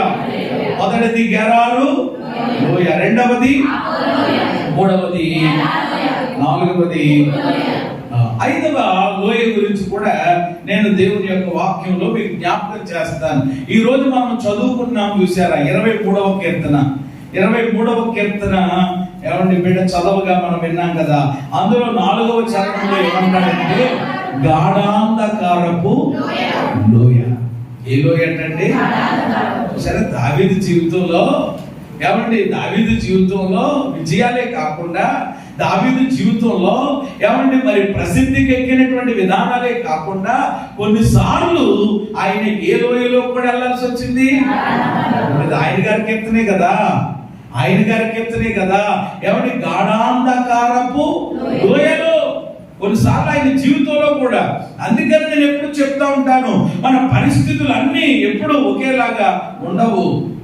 ఎవరు ఒకేలాగా ఉండాలని చెప్పి మనం ఎప్పుడు కూడా ఎవరు మనము కోరుకోకూడదు, ఆశించకూడదు. మన జీవితంలో ఎవరు కొన్నిసార్లు ప్రియమైన దేవుని బిడ్డలారా ఇబ్బందికరమైన పరిస్థితులు, గాఢాంధకారపు లోయ లాంటి పరిస్థితులు మనకి ఎదురవచ్చు. అయినను మనం గమనించాలి. ఇక్కడ ఏమంటాడు భక్తుడు? గాఢాంధకారపు లోయలో నేను సంచరించిన, నడిచిన ఏ అపాయములకు నేనేమవ్వను. ఎంత అద్భుతమైన మాట అండి. అది గాఢాంధకారములో అయినా దేవుడు మనకు తోడుగా ఉన్నప్పుడు, ఆయన దుడ్డు కర్ర, ఆయన దండము మనలను ఆదరిస్తున్నప్పుడు చెప్పడం మనం ఏమవ్వకూడదు, భయపడని అవసరం లేదు. భయపడకూడదు. ఈరోజు కొంతమంది ఏదైనా చిన్నది రాగానే పెద్ద భయం అయిపోతారు. దాన్ని భూతత్వంలో పెట్టి చూసేస్తా ఉంటారు. అయ్యి బాబా ఇంకేముంది, ఏమి లేదు అసలు, ఏమి లేదు అసలు. చూసారా, గాఢాంధకారం అని అంటే ఏమంటే చీకటి కంటే చాలా భయంకరమైనది. ఏమంటే చీకటి అంటారనమాట. అలాంటి ఏమంటే చెమ్మ చీకటి, చిక్కటి చీకటి కలిగిన అలాంటి గాఢాంధకారంలో కూడా దావీదుకి ఏమి లేదు. చిన్నది వస్తే కొంతమంది చిన్న పరిస్థితికి ఇదైపోతూ ఉంటారు, చిన్న పరిస్థితికి ఇదైపోతూ ఉంటారు. దేవుని పిల్లలు భయపడని అవసరం లేదు. నేను అంటాను, ఏమంటే దేవునిని కలిగినటువంటి ప్రజలు, దేవుని వాక్యం గుండెల్లో పెట్టుకున్నటువంటి వాళ్ళు, ఏమంటే ప్రేమ దేవుని యొక్క చిత్తానుసారముగా అడుగులు వేసేటువంటి వారు ఎలాంటి గాఢాంధకారపు లోయలు వచ్చినా వాళ్ళు చెప్పండి ఏమవరు అన్నమాట, భయపడరు. దేని బట్టి అనంటే వాళ్ళు సేవిస్తున్న హల్లెలూయా. బైబిల్లో చూస్తాం కదా, షడ్రకు మేషకు అబేద్నెగోలు ఏమంటే అగ్నిగుండానికి భయపడ్డారా? భయపడితే ఎలాగెళ్తారండి అందులోకి? ఏమంటే సింహాల బోనికి దానియేలు ఏమవ్వలేదు, భయపడలేదు కనుక ఎక్కడికి వెళ్ళాడు? సింహాల బోనులోనికి వెళ్ళి మరలా క్షేమంగా వచ్చాడు. సరే వెళ్ళే ఇలాగా బైబిల్లో మన అందరికీ కూడా గొప్ప ఏమండి ఆదర్శం. వీళ్ళు మనందరికీ కూడా గొప్ప ప్రోత్సాహాన్ని ఇస్తూ ఉన్నారన్నమాట. అలాంటి పరిస్థితులు వాళ్ళకి ఎదురైనా వాళ్ళు భయపడలేదు, ఎందుకంటే వాళ్ళు దేవుని మీద పూర్తిగా ఆనుకున్న వాళ్ళుగా ఉన్నారు కనుక. కాబట్టి ఇక్కడ గాఢాంధకారపు ఎన్ని లోయలు అయ్యాయండి? 6వ లోయ కూడా చూపిస్తాను. 84వ కీర్తన, అంటే చాలా ఉన్నాయి. 84వ కీర్తన 6వ చరణంలో, వారు బాకా లోయలో పడి వెళ్ళుచు దానిని జలమయముగా చేయుదురు. చాలు. ఏ లోయ ఇది? బాకా లోయ. 6వ లోయ ఏ లోయ చెప్పండి? బాకా లోయ. బాకా అంటే మీకు తెలుసా ఏమండి? బాకా ఏమండి ఏవేల గ్రంథంలో ఉంటుంది, సియోనులో చెప్పండి ఏ ఊదాలంట? బాకా ఊదుడి. ఏమండి మనము ఎరికో ఆ పట్టణాన్ని వాళ్ళు జయించినప్పుడు కూడా వాళ్ళు చేసినటువంటిది ఏమిటి అని అంటే, బాకాలు పట్టుకుని పోరాధ్వనితో వాళ్ళు ఏమంటే ఊది ఆర్భాటకులు చేసినప్పుడు గొప్ప చేయించారు. ఆ మాటలు కూడా జ్ఞాపకం చేశాను నేను వారంలో. ఏమండి ఇక్కడ బాకాలోయ ఏమండి ఇది ప్రియమైన దేవుని బిడ్డలారా, ఈ అనుభవాన్ని కూడా మనం కలిగి ఉండాలట. వారు బాకాలోయలో పడి వెళుతూ దానిని ఎలా చేశారట? జలమయముగా చేయుడు. జలమయముగా చేయుడు. ఇలాగునా ఏమంటే పరిశుద్ధ లేఖన గ్రంథంలో ఏమంటే లోయలు మనకు నేర్పించే ఆత్మీయ పాఠాలు. అంటే ఇప్పుడు నేను ఏమంటే ఈ ఒక్కొక్క లోయ గురించి సవివరంగా నేను వివరించట్లేదు, కానీ ఏమంటే ప్రతి లోయ మనకు ఒక సందేశం, ప్రతి లోయ ఒక్కొక్క ఆత్మీయ పాఠము మనకు నేర్పిస్తుంది. అందుకనే పరిశుద్ధాత్ముడు ఇందులో ఎవరు వీటిని రాసి ఉంచారు అని నేను జ్ఞాపకం చేస్తూ ఉన్నాను. మొదటిగా మనం గమనించినట్లయితే ఏ లోయ చెప్పండి? గెరారు లోయ, సమృద్ధికి సూచనగా చూచాం. రెండవది ఆగోరు లోయ, శ్రమ బాధ కలిగిన లోయ. మూడవది ఏ లోయమ్మా? యాలా లోయ, దావీదుకి గొప్ప జయము కలిగిన లోయ. అలాగే ఉప్పు లోయ, అక్కడ కూడా దావీదు శత్రువుల మీద గొప్ప విజయాన్ని పొందుకుని ప్రసిద్ధికి ఎక్కినటువంటి లోయ. తర్వాత ఎన్నవ లోయది? గాఢాంధకారపు లోయ. 6వది చెప్పండి ఏ లోయ? బాకా లోయ.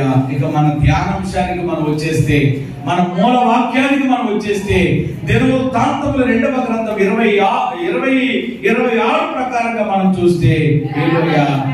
బెరాకా లోయ. మొత్తం కలుపుకుంటే ఎన్నైనా చెప్పండి? 7 లోయలు. కొన్నిసార్లు ప్రియమైన దేవుని బిడ్డలారా, కొన్ని లోయల గుండా, అంటే లోయలంటే ఏమన్నా మీరు అది బాహ్యంగా చూడకండి, దయచేసి బాహ్యంగా చూడకండి.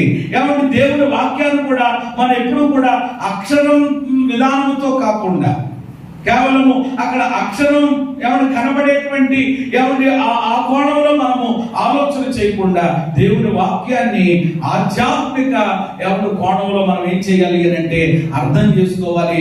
కొన్నిసార్లు కొన్ని లోయల గుండా ప్రభు మనల్ని ఏం చేస్తారు చెప్పండి? నడిపిస్తారు.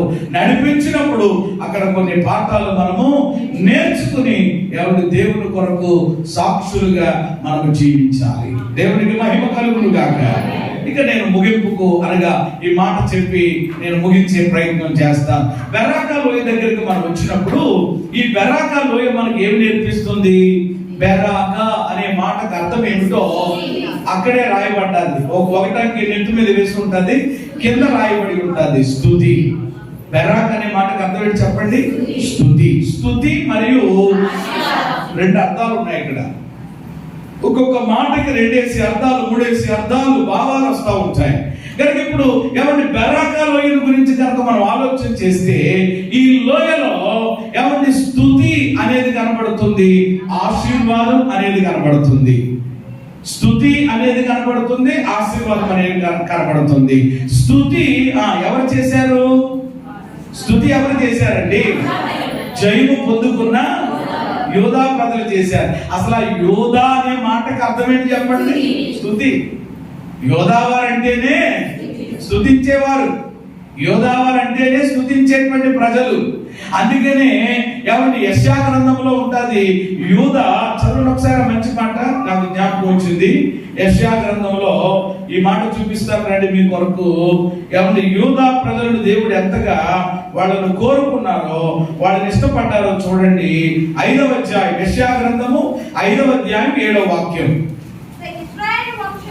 5:7 ఇశ్రాయేలు వంశము సైన్యములకు అధిపతి యెహోవా ద్రాక్ష తోట, యూదా మనుషులు ఆయనకిష్టమైన వనము. చూసారా మాట? అండర్లైన్ చేశారా మీరు? యూదా మనుషులు ఆయనకిష్టమైన వనము అంటే వారు దేవునికి ఇష్టమైనటువంటి ఒక వనము లాంటి వాడు, ఒక తోట లాంటి వారు. అంటే వచనాన్ని బట్టి మనం అర్థం చేసుకోవాలి. యూదా ప్రజలంటే దేవునికి ఇష్టం. అంటే దేవునికి ఎవరంటే ఇష్టం? మా దేవునికి ఎవరంటే ఇష్టం? మూతు బిగించేసుకుని, ఏమండి పళ్ళు పటపటా కొరికేస్తూ, ఏమండి మూతు మమ్మడారం పెట్టుకుని, ఏమండి అలా కనుకుని ఎలా కనుకుని, అయ్యి బాబు మీరు చేసేసారులే, మీరు చేసేసారులే, మీరే పాడేసారులే, మీకే వచ్చేసలే అనుకుని ఇలాగా వేరే విధానాల్లో ఉంటారు. చూసారండి, వాళ్ళంటే దేవునికి చాలా కష్టం. ఎవరంటే దేవునికి ఇష్టం అనంటే ఆయనను స్తుతించేవారంటే ఇష్టం. దావీదు దేవునికి ఇష్టానుసారమైన ఎలాగయ్యాడు? ఎప్పుడు ఏం చేసేవాడు? ఆయన చదువుకుంటూ కొడుకుంటూ ఉన్నాడా? లేదు. ఆయన అడవిలో ఉన్నా చెప్పండి, ఎడారిలో ఉన్నా, కోటలో ఉన్నా, సింహాసనం మీద ఉన్నా, ఎక్కడున్నా స్తుతే. స్తోత్రం చెప్పండి. స్తుతిలోనే ప్రాణము, స్తుతిలోనే జీవము, స్తుతిలోనే దేవుని సింహాసనం, స్తుతిలోనే దేవుని సింహాసనం. అందరి మాట చెప్పండి. స్తుతి స్తుతి స్తుతి స్తుతి యేసు రాజా, స్తుతి స్తుతి స్తుతి స్తుతి. చెప్పాలందరూ కూడా స్తుతి స్తుతి స్తుతి స్తుతి యేసు రాజా, స్తుతి స్తుతి స్తుతి స్తుతి నా గుండె చప్పుడు స్తుతి స్తుతి అంటుంది, నాలోని నారాలు యేసుకే స్తుతి అంటున్నాయి. నా గుండె చప్పుడు అంటుంది, నాలోని నారాలు దేవునికి మహిమ కలుగును గాక. మరి మీ గుండె చప్పుడు ఏమంటుంది? మీ గుండె చప్పుడు ఏమంటుంది? స్తుతి స్తుతి అంటుందా? లేకపోతే చీరలు చీరలు చీరలు అంటుందా? ఏమంటే మీ గుండె ఏమంటుంది? బ్రదర్స్, డబ్బు డబ్బు డబ్బు డబ్బు అంటుందా? లేకపోతే స్తుతి స్తుతి? మన గుండె చప్పుడు ఎప్పుడు ఏమనాలి చెప్పండి? స్తుతి. చూసారా, దేవుని పిల్లలు కొంతమంది పెద్దవాళ్ళు ఉంటారండి. వాళ్ళు తుమ్మినప్పుడు ఏం చెప్తా ఉంటారు? మా అమ్మగారు తుమ్మిన ఎక్సర్సైజ్ చేయమనుకున్నది, స్తోత్రం ఆయన అంటే తుమ్మిన దగ్గర కూడా దేవుని స్తుతించడమే. హల్లెలూయా. ఇదివరకు ఎరగనప్పుడు దేవుని వాక్యం అయ్యేది లోకంలో ఉన్నప్పుడు ఏదో అన్నారు మీరు, అది వేరే విషయం. కానీ ఇప్పుడు చీకట్లో నుండి వెలుగులోకి వచ్చాం కాబట్టి మనము దగ్గినా, మనము తుమ్మినా, ఏమన్నా మనము బస్సు ఎక్కినా, ఏమన్నా బస్సులో చక్కగా సీటు మనకు దొరికినా, సీటు దొరకకపోయినా, ఆఖరికి సీటు దొరికినా, కూర్చున్నా, ఏమన్నా మనము బండి మీద వెళ్ళినా, ఏం చేసినా, ఎక్కడున్నా చెప్పండి ఏం చేయాలి? ఆ స్తుతే చాలా అద్భుతమైనదండి. రాత్రి నుంచి అందుకనే పరిశుద్ధాత్ముడు ఎందుకో దాని గురించే మాట్లాడుతున్నారు. జయము పొందకమునుపు విజయానికి వాళ్ళు దేవుని స్తుతించారు, జయం పొందిన తర్వాత కూడా వాళ్ళు అది ఉండాలంటే చాలా మందిలో నేటి క్రైస్తవ సంఘంలో ఇది చాలా లోపిస్తూ ఉంటుంది అన్నమాట. అదే తీరం దాటిన తర్వాత, ఆపద తీరిన తర్వాత, పని అయిపోయిన తర్వాత మరలా అది అసలు ఎవరి దేవుడితో ఉండకూడదు. ఖచ్చితంగా ఎవరి గండము దాటించిన దేవునికి 2 చేతులు జోడించి ఏం పెట్టాలంట? దండం పెట్టాలంట. హల్లెలూయా. చెప్పాలి, థ్యాంక్స్ చెప్పాలి, కృతజ్ఞతలు చెప్పాలి, ప్రభువుని గణపరచాలి, ప్రభువుని స్తుతించాలి. ఇక్కడ అదే చేశారు వాళ్ళు. 3 రోజులు ఏం చేశారు? కొలసమును ఏమండి మరి వాళ్ళు స్వాధీనపరుచుకుని అది పట్టుకుని వెళ్ళిపోలేదు అనమాట. భలే ఛాన్సులే అనుకుని వెళ్ళిపోలేదు. కానీ 4వ రోజు ప్రత్యేకంగా బెరాకా లోయలోనికి వెళ్ళి దేవుడు ఆ విజయాన్ని ఇచ్చింది ఆయనే అని, శత్రువుల నుండి ఎవరు విడిపించింది దేవుడే అని చెప్పి వాళ్ళ దేవునికి కృతజ్ఞతలు చెల్లించి వారు ప్రభువుని స్తుతించారు. అందుకని ఆ లోయకు పెట్టబడిన పేరు ఏమిటి అని అంటే బెరాకా. కాబట్టి అక్కడ వారు చేయాల్సిన పని వాళ్ళు చేశారు. ఏమండి దేవుడు వాళ్ళకి ఇవ్వాల్సింది ఇచ్చాడు. హల్లెలూయా. చూసారా, విజయం ఇచ్చేసాడు. అదే కాదు, దానితో పాటు ఎగస్ట్రా. చూసారా, ఎగస్ట్రా మనం ఒకటే చూస్తున్నాం. కానీ తర్వాత కూడా చూడండి, ఎప్పుడైతే వాళ్ళు కృతజ్ఞత కలిగి ఉన్నారో, ఎప్పుడైతే వాళ్ళు దేవునికి కృతజ్ఞతలు చెల్లించారో, ఇప్పుడు విజయముతో పాటు దేవుడు వాళ్ళకి ఏమి ఇచ్చాడు అని అంటే, బెరాకా అనే మాటకు ఒక అర్థం ఏంటంటే స్తుతి కదా, వాళ్ళు చేసింది. మరి దేవుని కోణంలో నుండి చూస్తే ఆశీర్వాదం ఎవరిచ్చేది? దేవుడే ఇవ్వాలి కదా. యెహోవా ఆశీర్వాదమును ఐశ్వర్యం ఇచ్చును, నరుల కష్టము చేత ఆశీర్వాదము. కాబట్టి ఇప్పుడు ఆశీర్వాదాన్ని దేవుడు వాళ్ళకి ఇక్కడ వీళ్ళు పొందుకున్నవన్నీ నిదానంగా చెప్తాను. మొదటిది ఆశీర్వాదం, కృతజ్ఞత స్తుతి అనుభవం కలిగి ఉండడం ద్వారా వాళ్ళు ఏం పొందుకున్నారు లైన్ గా చెప్పేసి నేను ముగించేస్తాను, మీ కొరకు ప్రార్థన చేస్తాను. నెంబర్ 1 ఒకటి ఆశీర్వాదం ఇచ్చాడు. తర్వాత 26వ వచనంలో ఆ మాట చూసాం మనం. ఇప్పుడు 27 చదవండి. ఇలాగున యెహోవా వారి శత్రువుల మీద వారికి జయం అనుగ్రహించి వారిని సంతోషపరిచెను. మొదటిది ఏంటి చెప్పండి? ఆశీర్వాదం, బ్లెస్సింగ్. ఏమంటే రెండవది ఏమిటి అని అంటే సంతోషం, హ్యాపీనెస్. ఏమంటే ఒకటి బ్లెస్సింగ్, ఏమంటే ఆశీర్వాదం ఇచ్చాడు. 2 వాళ్ళకి ఏమి ఇచ్చాడు చెప్పండి? సంతోషం. ఏమంటే సంతోషం అనేది కూడా ప్రియమైన దేవుని బిడ్డలారా, ఈరోజు సంతోషము ఎక్కడా మనకు దొరకదు. ఒక ఆయన పాట రాశారు ఇది వరకు, దివ్య ప్రసాదరావు గారు అని చెప్పి, సంతోషం ఎక్కడ ఉందని, సమాధానం నాకు ఎక్కడ దొరుకుతుందని ఎక్కడెక్కడికో తిరిగాను, వెతికాను, ఏవేవో చేశాను, చివరికి అది నీలోనే కనుగొన్నాను. ఎంత మంచి దేవుడు అయ్యా అని చాలా అద్భుతంగా పాడారు ఆయన. ఈ రోజు వాగ్దానం కూడా మనకు అదే. ఏమంటే సంతోషం ఎక్కడుందట? సంతోషం సంతలో లేదు. ఏమంటే సంతోషం సంతలో లేదు. సంతోషం ఎక్కడుంది అని అంటే సన్నిధిలో ఉంది. హల్లెలూయా. ఈరోజు ఒక మంచి మాట పెట్టారు, మీరు చదివారో లేదో. మంచి మాట, దైవజనులు, అద్భుతమైనటువంటి దైవజనులు ఏమంటే దేవదాస్ అయ్య గారు చెప్పినటువంటి ఒక చక్కని మాట, దైవ సన్నిధిలో ఉండే వారికి దైవ రూపం వస్తుందట. హల్లెలూయా. అమ్మా, ఎక్కడుండే వారికి? దైవ సన్నిధిలో ఉండే వారికి ఏ రూపం వస్తుందట? మరి దైవ సన్నిధిలో కాకుండా మరి ఎక్కడెక్కడ ఉంటే ఏ రూపం వస్తుందో చెప్పండి మీతోటే.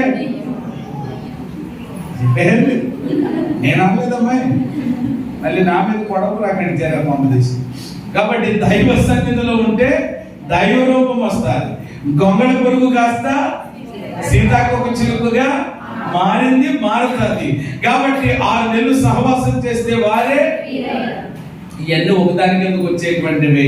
ఆయన సన్నిధిలో ఉంటే ఆయన స్వరూప్యంలోనికి మనము మార్చబడతాం. అంతేకాదు ఆయన సన్నిధిలో ఉన్న సంపూర్ణ సంతోషాన్ని మనము అనుభవిస్తాం. వీళ్ళు స్తుతించడం ద్వారా ఒకటి ఆశీర్వాదం పొందుకున్నారు, ఆ రెండవది ఏమంటే సంతోషం పొందుకున్నారు. మూడవది కూడా చెప్తాను చూడండి, 29వ వాక్యం అందులోనే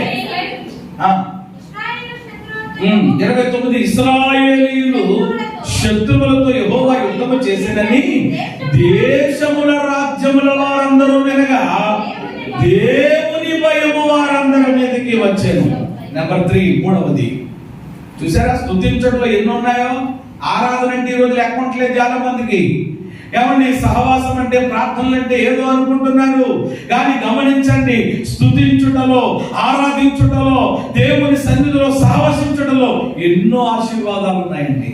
ఒకటి ఆశీర్వాదము, ఏమండి శాశ్వత జీవము, అలాగే సంతోషం అందులో ఉందని చూసాం. మూడవది ఏమండి, ఇక్కడ వాళ్ళు దేవునిని స్తుతించి కృతజ్ఞత అనుభవం కలిగి ఉండడం ద్వారానంట దేవుని భయము చెప్పండి ఏమైంది, ఇతరులకు కలిగింది. ఎవరికి కలిగింది అంటే ఇతరులు ఉన్నటువంటి ప్రజలట. ఏమండి, ఇశ్రాయేలు శత్రువులతో యెహోవా యుద్ధం చేసినని దేశముల రాజ్యముల వారందరూ, అంటే ఇప్పుడు విజయం వచ్చింది అనేటువంటి విషయం ఏమంటే ఆ నోట తెలుస్తుందా లేదా? మాట్లాడరేమా? ఒకేసారి 3 దేశాలలో వచ్చేసారట. ఏమంటే మొక్కమ్మడిగా వచ్చేసారట. ఏం చేయాలో తెలియలేదట. వెంటనే పర్ణశాల కట్టుకుని 7 అడుగులు వేశారట. దేవుని యొద్ద విచారించారంట. వాగ్దానాలు ఎత్తి పట్టి ప్రార్థించారంట. కొనియాడారంట. ప్రభువును స్తుతించారంట. దేవుడు వెంటనే ఆ శత్రువుల మధ్యలో మాటుగాండ్ర పెట్టి వాళ్ళందరినీ అద్భుతంగా చేసి శత్రువుల మీద దేవుడు యోధా ప్రజలకు ఏమి ఇచ్చాడంట? యెహోషాపాతు రాజ్యానికి ఏమి ఇచ్చాడంట? ఆ ఇంట్లో ఏం జరిగిందంట? అద్భుతం జరిగిందంట. ఈ ఇంట్లో ఉన్నటువంటి ఇబ్బంది ఏమైందట? తొలగిపోయిందంట. వాళ్ళు ఇల్లు కట్టుకున్నారట. ఆ బిడ్డకి చక్కని ఎవరి శ్రేష్టమైనటువంటి ఫలములు దేవుడు ఇచ్చాడట. ఆ నోట మన జీవితాల్లో జరిగినటువంటి కార్యాలు ఇతరులకు తెలుస్తాయా లేదా? తెలుస్తాయండి. తెలిసినప్పుడట ఆ ప్రజల్లో, ఆ మిగిలినటువంటి శత్రువుల్లో ఏ భయం వచ్చిందంట? దేవుని భయం. చెప్పండి, ఏ భయం? ఊరు బాబోయ్, మనం ఎవరితో పెట్టుకున్నా మరి వేరే విషయం కానీ ఎవరితో పెట్టుకోకూడదు అనమాట. యోధా వాళ్ళతో మాత్రం పెట్టుకోకూడదురా బాబు. వాళ్ళ పక్షంగా ఉన్న దేవుడు మామూలు వాడు కాదని చెప్పి వాళ్ళ గుండెల్లో చెప్పండి ఏం పుట్టింది అనంటే దేవుని భయము ఇతరులలో కలగాలి అనంటే కనుక ఏమంటే మనం ఏ అనుభవం కలిగి ఉండాలి? కృతజ్ఞతాస్తుతి అనుభవం అది కలిగి ఉంటే మనము ఏమంటే వాళ్ళు ఏం చేస్తారు, వీళ్ళు ఏం చేస్తారు. కొంతమంది అదేంటో తెలుసు, 365 రోజులు ఎవరిలో ఏదో చేస్తారనే భయమే. ఏమంటే ఏమో వాళ్ళు ఏదో చేసేస్తున్నారేమో, పిల్లోడికి జ్వరం వచ్చేసింది, ఆడికి తగ్గిన తర్వాత నాకు వచ్చేసింది, నాకు వచ్చిన తర్వాత పిల్లకి వచ్చేసింది, లైన్గా వచ్చేస్తుందంటే మొత్తం మీద రోజు మా ఇంటి ఎదురావుడు చూపు నా వైపే చూస్తుంది, నన్నే చూస్తుంది, మొత్తం మీద ఏదైనా ప్లాన్ చేస్తుందేమో, ఏదైనా మూట ఏమండి ఇంట్లో విసిరేసిందేమో, చేతపడి ఏమైనా చేస్తుందేమో, లేకపోతే ఏదో పెట్టు ఏదో అంటారు చూసారు రకరకాల పనికిమాలిని అన్ని, అవన్నీ కూడా మన నోటితో కూడా అనకూడదు అసలు. ప్రభు క్షమించును గాక. ఏమండి అలాగా ఏదో అంటారు. ఇంతకు ఏంటది? ఏమంటే నీ కొంపలో నీకు ఒక్కదానికే కాదు, నీ కొడుకో కూతురుకే కాదు, ఇప్పుడు వాతావరణ పరిస్థితులను బట్టి అందరికీ వైరల్ ఫీవర్స్ వస్తూ ఉన్నాయి, జ్వరాలు వస్తూ ఉన్నాయి, టైఫాయిడ్లు వస్తున్నాయి, మలేరియా డెంగ్యూలు వస్తున్నాయి. అంతేగాని ఎవరో ఏదో నీకు ఈ దుర్బుద్ధి పోవాలి. ఇది దేవుని పిల్లల్లో నశించాలి. దేవునికి స్తోత్రం కలిగింది. ఏంటంటే అది ఎవరో పెట్టేయండి అసలు. నేనంటాను ఎవరో పెట్టేది అసలు నీకు ఎలా పనిచేస్తుంది అసలు? ఏమంటే యేసు రక్తం చేత నిజంగా నువ్వు కడగబడ్డావన్న మాట, పాపాల విషయంలో నీవు ఏమంటే కడగబడి మారు మనసు పొంది ఏమంటే దేవుని సొత్తు దేవుని బిడ్డ అయ్యావన్న మాట వాస్తవమైతే కనుక ఏ పెట్టుబడి ఏది కూడా నీ మీద పనిచేయదంతే. యేసు రక్తమే జయం. హల్లెలూయా. అంతే కదా చెప్పండి. కాబట్టి ఏంటి భయం? కాబట్టి దేనికి మనం వాళ్ళు ఏం చేస్తారు వీళ్ళు ఏం చేస్తారు అని మనం భయపడకూడదు. చెప్పండి, ఇతరులకి కలగాలి. ఎవరిని మనలను బట్టి దేవుని భయం. హల్లెలూయా. ఇప్పుడు దేవుని భయం ఏం కలిగిందంట? ఎవరితో పెట్టుకోకూడదురా, పాస్టర్ గారితో పెట్టుకోకూడదు, ఎవరితో పెట్టుకున్నా పాస్టర్ గారితో పెట్టుకోకూడదు. ఎవరిని యేసు రక్తం చేత కడగబడినటువంటి దేవుని బిడ్డలతో పెట్టుకోకూడదు అని ఎవరికి తెలియాలి? బయటకు తెలియాలి. తెలుస్తుంది. అందుకని వాళ్ళు చాలా జాగ్రత్తగా ఉంటున్నారు. తెలియదు ఎవరికి అనుకుంటున్నారు? లోపల ఉన్న వాళ్ళకి తెలియట్లేదు ఎందుకు విషయం. వాళ్ళకి తెలిసి చాలా జాగ్రత్తగా ఉంటున్నారు దేవుని కృపను బట్టి. ఎందుకు అని అంటే మనం ఏదైనా చేస్తామనా, ఎవరు మనం ఏదైనా వాళ్ళ మీదకి ఏమంటే ప్రియమైనది ఎవరిని AK-47 పట్టుకెళ్తామనా, లేకపోతే కడప బాంబులు ఏమన్నా మన దగ్గర ఉన్నాయనా? కడప బాంబులు ఉన్నాయండి, గొప్ప తీసేస్తారేంటి? ఏమీ లేదు. ఏమంటే ఎందుకు అని అంటే మనం ఏం చేయక్కర్లేదు. ప్రభువా ఒక్కసారి నాయన తట్టుకోలేకపోతున్నాం నాయన, కనుక కాళ్ళు ఎరగొట్టే చేతిలో కాదు వద్దారు బాబాయ్. అలాంటి దుర్మార్గ ప్రార్థనలు మాత్రం చేయకండి, అసలు ఏం అక్కర్లేదు. జస్ట్ అలాగా నా తండ్రి అని అంటే చాలు. ఒకసారి అలా చూపాడు అనుకోండి, ఎవరు సౌండ్ లేకుండా రౌండ్ అడిపోద్ది. దేవునికి స్తోత్రం కలుగునుగా. ఏముండదు, సౌండ్ అడవుడు ఉండదు, డీజేలు ఉండవు, కానీ ఏమడిపోద్ది, అలా ఉంటుంది దేవుడిది. మంది ఏంటంటే అంతా ఏమండి సౌండ్ ఎక్కువ, రౌండ్ తక్కువ. రౌండ్ ఏముండదు, సౌండ్ అడవుడు అనమాట. కాబట్టి దేవుడు ఏమంటే సౌండ్ లేకుండా రౌండ్ వేసాడు చాలా మంది బైబిల్లో. కాబట్టి దేవుని భయం ఇతరులకి తస్మాసు జాగ్రత్త.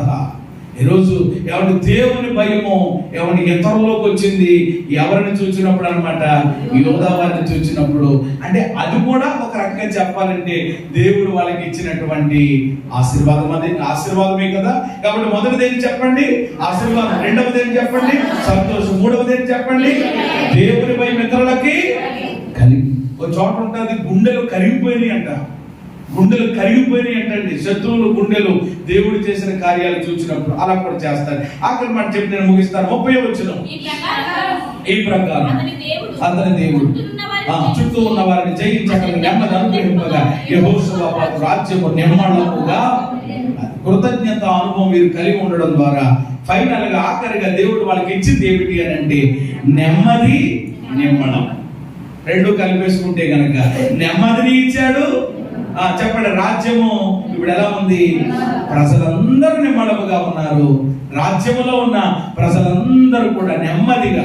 అప్పుడు దాకా ఏమంటే శత్రువు వచ్చి మీద పడుతుంటే నెమ్మది ఎలా ఉంటుందండి. అప్పులు ఏమండి, మరి అప్పులో వచ్చి రోజు ఎప్పుడెత్తావు, ఎన్ని రోజులని చెప్తావు, ఎన్ని వాయిదాలు వేస్తావు అంటుంటే ఎక్కడుంటుందండి నెమ్మది. కాబట్టి దేవుడు అవన్నీ తొలగించేసి ఇప్పుడు యెహోషువపాతు రాజ్యములో ఉన్న ప్రజలు ఎలా ఉన్నారు చెప్పండి, నెమ్మదిగా ఉన్నారు, నిమ్మళముగా ఉన్నారు. ప్రభువుకి మహిమ కలుగును గాక. వీటన్నిటికి కారణం ఏమిటి, వాళ్ళు కృతజ్ఞత కలిగి ఉన్నారు. ఈరోజు అది నువ్వు కలిగి ఉన్నావా, అది మనం కలిగి ఉన్నాం. బెరాకా లోయ మనకు నేర్పిస్తున్న పాఠం. బెరాకా లోయ అనే మాటకు అర్థం ఒకటి స్తుతి, రెండు ఆశీర్వాదం. స్తుతి ఏమో ప్రజలు చేశారు, ఎవరిని మిగిలినవన్నీ దేవుడు ఇచ్చారు. మనం చేస్తే దేవుడు మనకి ఇచ్చేది మనము చేస్తాం. నువ్వేమీ చేయకుండా, నీవు ఆయనను గణపరచకుండా, కొనియాడకుండా అలాగున దేవుని కార్యాలు మనం చూడగలుగుతాం. బైబిల్లో కొన్ని లోయల గురించి జస్ట్ జ్ఞాపకం చేశాను. కాబట్టి దేవుడు ఈ గడిచిన దినముల నుండి విజయానికి 7 అడుగులు మనకు నేర్పించినటువంటి సందేశంలో ముగింపుగా జయము పొందగామునపు వాళ్ళు జయం కొరకు దేవుని స్తుతించారు. జయం పొందిన తర్వాత కూడా జయమిచ్చినటువంటి దేవునికి కృతజ్ఞతాస్తుతులు చెల్లించి ఆ బెరాకా అనేటువంటి లోయలోనికి వెళ్ళి అక్కడ కొంత సమయం ఉండి విజయం ఇచ్చినటువంటి ప్రభువుని మనసారా స్తుతించి ఘనపరిచారు. అందుకని ఈ రోజుకి కూడా దానికి పేరు పెట్టబడాలి. ఇప్పుడు కూడా మీరు వెళ్ళి అక్కడ చూడొచ్చు కూడా. ఆ బెరాకాలో ఇప్పటికీ కూడా ఉంది. ఇప్పుడు నేను ఇంతవరకు చెప్పాను చూసారా, ఆ లోయలన్నీ కూడా ఈ రోజుకి కూడా అక్కడే ఉన్నాయి. మనం చూడొచ్చు, మనం వెళ్ళి చూడవచ్చు. ఒకవేళ నమ్మలేని వాళ్ళైతే, కానీ వాక్యాన్ని నమ్ముతున్నాం కాబట్టి అవును నిజమే అని చెప్పి మనము విశ్వసించగలుగుతుంటున్నాం. కాబట్టి ప్రియమైన దేవుని బిడ్డలారా, ఇది గుర్తు పెట్టుకోండి. విజయానికి వాళ్ళు అడుగులు వేస్తే, విజయాన్ని దేవుడు ఇస్తే, దానికి మరలా తిరిగి వాళ్ళు దేవునికి ఏం చెల్లిస్తున్నారు, కృతజ్ఞత. ఎప్పటికీ మన జీవితంలో కూడా ఈ మంచి అనుభవాన్ని కలిగి ఉందాం.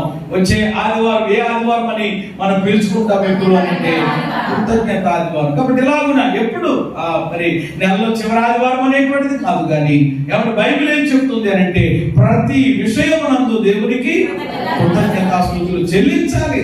ఈ రోజు దేవుడు మనకి ఇచ్చిన ఆరోగ్యాన్ని బట్టి, ఈ రోజు దేవుడు మనకి ఇచ్చినటువంటి ఆయుష్ను బట్టి, ఆనందాన్ని బట్టి, సకల ఆశీర్వాదములను బట్టి మనం ఎప్పుడు ప్రభువుని చెప్పండి ఏం చేయాలి, స్తుతించాలి, గణపరచాలి, ఆరాధించాలి తప్ప ఆయన్ని స్తుతించకుండా, ఆయన స్తుతించే విషయంలో ఏమాత్రం కూడా నిర్లక్ష్యంగా కానీ అనాలోచనగా అశ్రద్ధగా ఉండకూడదు. అలా వాళ్ళు చేసినందుకు దేవుడు తిరిగి ఇవన్నీ ఆశీర్వాదాన్ని ఇచ్చాడు, సంతోషాన్ని ఇచ్చాడు, దేవుని భయము ఇతరులలో కలిగేలా దేవుడు చేశాడు, నెమ్మది నిమ్మడాన్ని ఇచ్చాడు. అలాంటి కృప దేవుడు మనకును దయచేయుడు గాక. ఆ బెరాక లోయ లాంటి ఆ చక్కని అనుభవాన్ని మన ఆధ్యాత్మిక జీవితములలో మనమును కలిగి ఉందుము గాక.